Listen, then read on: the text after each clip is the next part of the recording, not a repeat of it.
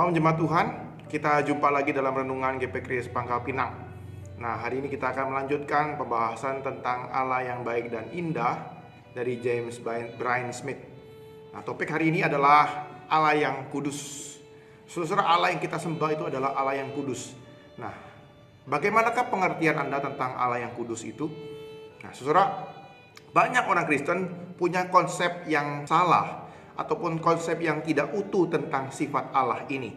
Nah, saudara, ada dua kelompok orang yang akan saya jelaskan di sini tentang orang-orang yang punya konsep yang salah ataupun tidak utuh tentang kekudusan Allah. Nah, pertama-tama adalah orang yang berpikir bahwa Allah itu penuh dengan kemurkaan. Karena Ia kudus, Ia suci, Ia akan menghukum manusia. Karena manusia itu berdosa, dunia ini sudah jatuh dalam dosa. Maka Allah akan menghukum manusia karena kesalahannya. Ketika manusia itu bersalah, Allah akan hukum. Kalaupun Allah belum hukum, tunggu waktunya saja. Kalau Allah sudah akhirnya marah, sabarannya habis, Allah akan menghukum. Jadi kenalah musibah, kena penyakit, kebangkrutan, masalah demi masalah terjadi. Jadi orang yang pertama ini akan berpikiran dan berpandangan bahwa Allah itu begitu mengerikan. Mereka akan selalu takut dengan Allah mereka. Terus mau menyenangkan Allahnya, terus dihantui oleh kebenaran dan kekudusan Allah yang begitu mengerikan. Nah, saudara, kemudian ada yang orang kedua yang berpikiran lebih ekstrim, pihak yang lain seperti itu. Jadi mereka punya pandangan bahwa Allah itu sungguh amat baik bagi mereka. Nah, Allah yang seperti ini yang mereka pandang adalah Allah yang tidak menghukum manusia, tidak menghakimi manusia, tapi mengasihi manusia dengan begitu limpahnya. Apalagi di zaman postmodern ini, konsep ini sangat didukung sekali dan muncul pemikiran yang populer bahwa Allah itu baik, Ia Maha Pengampun, Ia tidak akan menghukum dan menghakimi dosa-dosa kita. Jadi hanya orang-orang seperti ini hidup bebas, mereka menikmati hidup mereka. Hanya punya pikiran nanti kalau berdosa kita minta ampun aja, Tuhan akan mengampuni kita. Saudara, di manakah posisi kita? Ya, mungkin di dalam kategori orang-orang Asia kita sedikit banyak akan digiring kepada pemikiran yang pertama bahwa Allah itu sangat mengerikan, Allah itu luar biasa, sangat agung, Ia akan menghakimi setiap kita. Nah, dimanapun posisi kita, pemikiran kita, kedua pemikiran ini adalah salah. Saudara, yang sesungguhnya adalah Allah itu pemurah sekaligus keras. Dan kedua sifat ini berjalan beriringan dalam kekudusan Allah. Allah mengasihi dunia ini, tetapi Allah juga murka kepada dosa yang dibuat oleh manusia. Tetapi anaknya Yesus Kristus telah menggantikan kita, menerima murka Allah yang dahsyat itu. Dan saudara, sampai saat ini Allah yang mengasihi kita ini sangat peduli kepada umatnya dan terus bekerja untuk menjadikan diri kita ini semakin hari semakin serupa dengan dirinya, yaitu Allah yang kudus, sifatnya yang kudus ini. Saudara, Alkitab selalu menyatakan kekudusan Allah. Mari kita buka Keluaran 15 ayat 11. Keluaran 15 ayat 11. Dalam perjanjian lama, beberapa kitab akan kita buka. Siapakah yang seperti engkau di antara para Allah, ya Tuhan?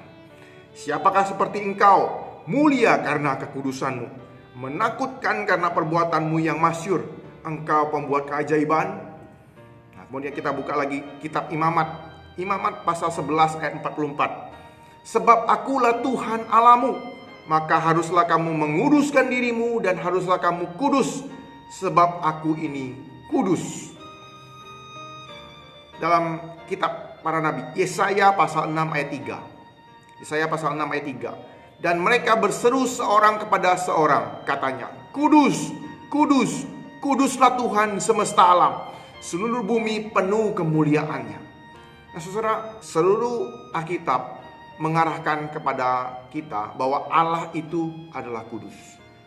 Kekudusan ini adalah sifat Allah yang utama. Apa artinya kudus itu? Nah, kudus kita bisa jabarkan dengan berbagai istilah. Murni, unik, tidak ada dosa, tidak ada kejahatan, tidak ada kegelapan di dalam dirinya. Ia benar-benar dahsyat dan agung seperti itu. Nah saudara, dalam 5 kitab Musa, Kejadian sampai Ulangan, topik yang puncak itu adalah dalam kitab Imamat, yang secara garis besar berbicara tentang kekudusan Allah dan bagaimana umat Tuhan itu, dan diajarkan bagaimana mereka menghadap Allah yang kudus itu, supaya mereka pun kudus karena mereka dipilih Tuhan, dikhususkan Tuhan, dipisahkan Tuhan untuk menjadi umatnya yang kudus. Saudara, kata kudus itu dalam bahasa Ibrani dipakai istilah kados, yang artinya adalah untuk memisahkan, artinya terpisah. Jadi arti kudus itu secara harfiah adalah benar-benar terpisah dan berbeda. Kudus juga berarti tidak terukur, tak terukur dan tak tertimbang. Inilah sifat Allah yang kudus itu. Saudara, contoh yang sederhana, meskipun tidak sempurna, adalah dengan memakai matahari sebagai gambaran. Saudara, matahari adalah sumber segala sesuatu di dalam tata surya, di bumi ini, dan berbagai planet yang lainnya. Dan matahari sangat unik dan dahsyat. Ia memberikan kehidupan pada bumi ini dan memberikan kontribusinya, sinarnya kepada seluruh sistem tata surya ini. Nah, saudara, matahari ini sangat unik dan dahsyat. Ia jauh sangat berbeda dengan planet-planet yang lain. Bahkan ia melampaui segala planet-planet yang lain. Dan ia adalah pusat dari planet-planet yang lain. Nah, saudara, bahkan planet lain pun menerima pancaran sinarnya dan berputar dalam sistem tata surya, yaitu matahari ini. Semakin mendekat kepada matahari, kita akan merasakan kedahsyatan kekuatannya. Dan kalau makin mendekat, bahkan kita pun akan binasa karena kedahsyatannya. Nah, kita bisa gambarkan seperti itulah sifat kudus. Nah, saudara, dengan ilustrasi matahari tadi, kita bisa mengerti bahwa kalau orang-orang mendekati Allah dengan tidak kudus, dalam artian mereka cemar karena dosa mereka, orang-orang berdosa tidak akan tahan. Itu bukan karena Allah itu jahat, saudara. Allah itu murka kepada manusia, tetapi karena Allah itu terlalu baik, terlalu dahsyat, sehingga orang berdosa yang cemar tidak akan dapat tahan di hadapan Allah. Nah, saudara, balik lagi ke tipe orang yang pertama tadi, orang yang punya konsep Allah itu Allah yang murka. Saudara, sebenarnya sifat pemarah ataupun pemurka bukanlah sifat utama Allah. Murka, Allah yang murka itu adalah sebuah respon terhadap dosa manusia. Allah yang murka ini tidak akan terjadi ketika manusia itu tidak jatuh dalam dosa.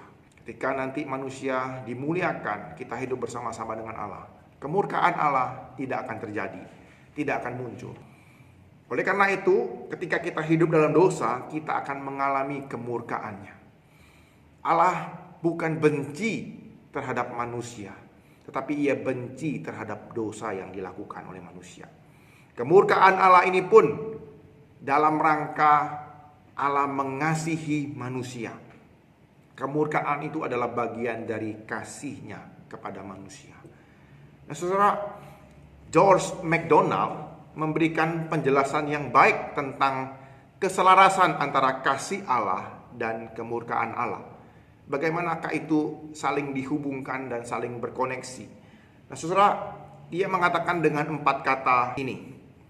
Kasih mengasihi untuk memurnikan. Saya ulangi. Kasih mengasihi untuk memurnikan.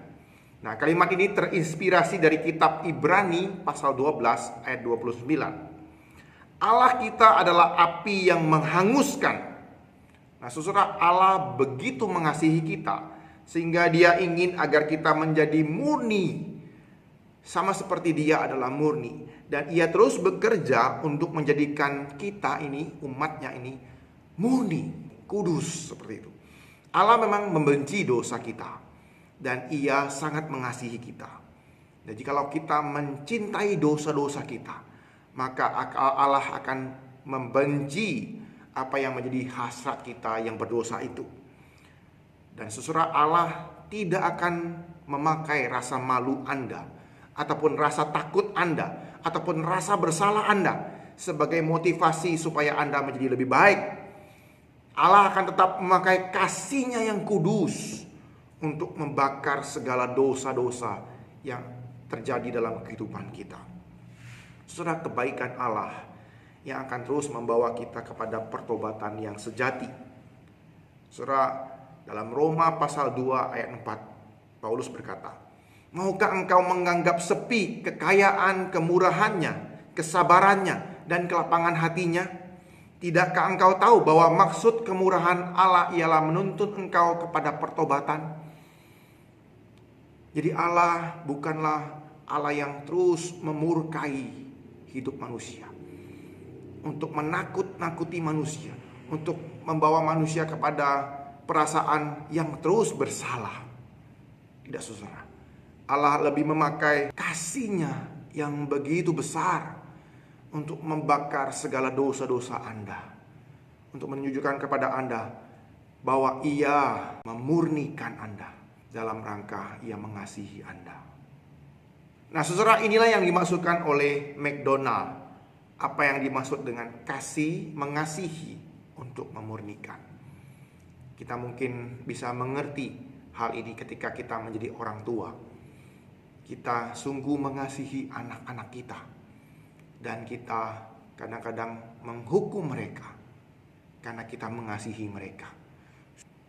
Sebenarnya, saudara, dalam hidup kita, kekudusan itu bukanlah usaha yang kita perjuangkan, tetapi sebenarnya kekudusan yang kita hidupi itu adalah anugerah Tuhan kepada kita. Kita dikuduskan Tuhan lewat kematian anaknya di kayu salib. Dulu kita adalah orang-orang yang berdosa, hidup dalam dosa, hidup dalam kecemaran kita. Kita tidak akan bisa tahan menghadap Allah yang kudus itu. Namun Yesus, anak Allah yang tunggal itu, menanggung hukuman dosa kita, dan Ia menyucikan kita dari segala dosa. Allah melakukan hal ini karena kasih-Nya kepada kita. Kasih-Nya yang kudus yang Ia nyatakan dalam kehidupan kita. Allah memilih kita, menguduskan kita dari segala dosa. Ya, Ia memisahkan kita dari dunia ini dan terus memproses hidup kita supaya akhirnya kita terus menjadi murni, utuh, dan sempurna di hadapannya. Inilah yang menjadi tujuan Allah dalam kehidupan kita, orang-orang yang percaya. Allah itu kudus, dan Ia akan menggunakan segala hikmat-Nya, kekuatannya, kedahsyatannya untuk menjadikan kita umat yang kudus di hadapannya. Nah, saudara, seperti kisah seseorang yang memurnikan perak. Orang pengrajin perak itu akan membakar perak itu yang masih mentah itu, yang masih bercampur dengan berbagai mineral-mineral yang lain. Ia akan bakar perak itu. Ia akan masak sampai benar-benar mendidih, sampai perak itu berpisah dengan mineral zat-zat yang lainnya. Kemudian dipisahkanlah zat-zat yang lainnya.